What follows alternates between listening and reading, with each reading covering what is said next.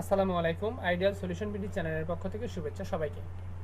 আমি আজকের ভিডিওতে আপনাদেরকে দেখাবো মাইক্রোসফট এক্সেল 2019, মাইক্রোসফট এক্সেলের সর্বশেষ ভার্সন 2019-এ ম্যাক্স ফাংশন এবং মিনিমাম ফাংশন, ম্যাক্সিমাম ফাংশন এবং মিনিমাম ফাংশন কীভাবে ব্যবহার করতে হয় সেটা আমি আপনাদেরকে দেখাবো।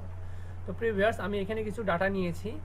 এখানে আমি যেটা নিয়েছি একটা হচ্ছে টেবিলের মতো নিয়েছি, যে কিছু সিরিয়াল নাম্বার নিয়েছি, কিছু নেম নিয়েছি এবং কিছু সাবজেক্ট নিয়েছি এবং মার্ক নিয়েছি। তো এই বাংলা সাবজেক্টের সর্বোচ্চ কে নাম্বার পেয়েছে সেটা আমি বের করে দেখাবো ম্যাক্স বা ম্যাক্সিমাম ফাংশনটা ব্যবহার করে। মাইক্রোসফট এক্সেলে আমাদের এই ম্যাক্সিমাম ফাংশন বা প্রচুর ব্যবহার করতে হয়, যে অনেকগুলো ডাটা থেকে সর্বোচ্চ ডাটাটা কোনটা সেটা বের করার জন্য, বা সর্বোচ্চ স্যালারি কে পায় সেটা বের করার জন্য। তো এটার জন্য আমাদের যে কাজটা করতে হবে, প্রথমে আমরা ইকুয়াল চিহ্ন দিতে হবে। আমরা এক্সেলে যত প্রকারের গাণিতিক্যাল বা ম্যাথমেটিক্যাল কাজ করি না কেন, আমাদেরকে প্রথমে ইকুয়াল চিহ্ন দিতে হবে। ইকুয়াল চিহ্ন দেওয়ার পরে আমরা ম্যাক্সিমাম লিখবো, ম্যাক্স লিখবো, ম্যাক্স লিখলে এই যে ম্যাক্স চলে আসছে, ঠিক আছে, ম্যাক্স, তারপর এক্স দিব, ম্যাক্স দেওয়ার পর তারপর ফার্স্ট ব্র্যাকেট দিব।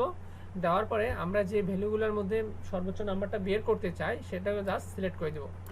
দেওয়ার পরে ব্র্যাকেট ক্লোজ করে দেবো। ক্লোজ করে দিলেই দেখবেন যে তারপর ইন্টার দিব। ইন্টার দিলে দেখবেন যে এখানে যে সর্বোচ্চ নাম্বার, এই যে এখানে সর্বোচ্চ দেখাচ্ছে 88। দেখেন এই মার্কগুলোর মধ্যে সর্বোচ্চ 88 হচ্ছে খালেক। খালেক পেয়েছে সর্বোচ্চ 88 মার্ক, মানে এই স্টুডেন্টগুলোর মধ্যে বাংলায় সর্বোচ্চ মার্ক পেয়েছে খালেক, সে পেয়েছে 88। তো আমরা খুব সহজে এটা করতে পারলাম। এখন আমরা দেখবো যে মিনিমামটা কীভাবে আমরা করতে পারি। আবার আমরা আগের মতো করে প্রথমে ইকুয়াল দিব, তারপর মিন দিব, তারপর ফার্স্ট ব্র্যাকেট দিব, তারপর ডাটাগুলা সিনাই দিব, তারপর ব্র্যাকেট ক্লোজ করে ইন্টার দিব। তাহলে দেখবো যে সর্বনিম্ন ডাটাটা চলে আসে। সর্বনিম্ন ডাটা এখানে হচ্ছে 50 ছিল, তো আমাদের এখানে 50 নাম্বার ডাটাটা চলে এসেছে।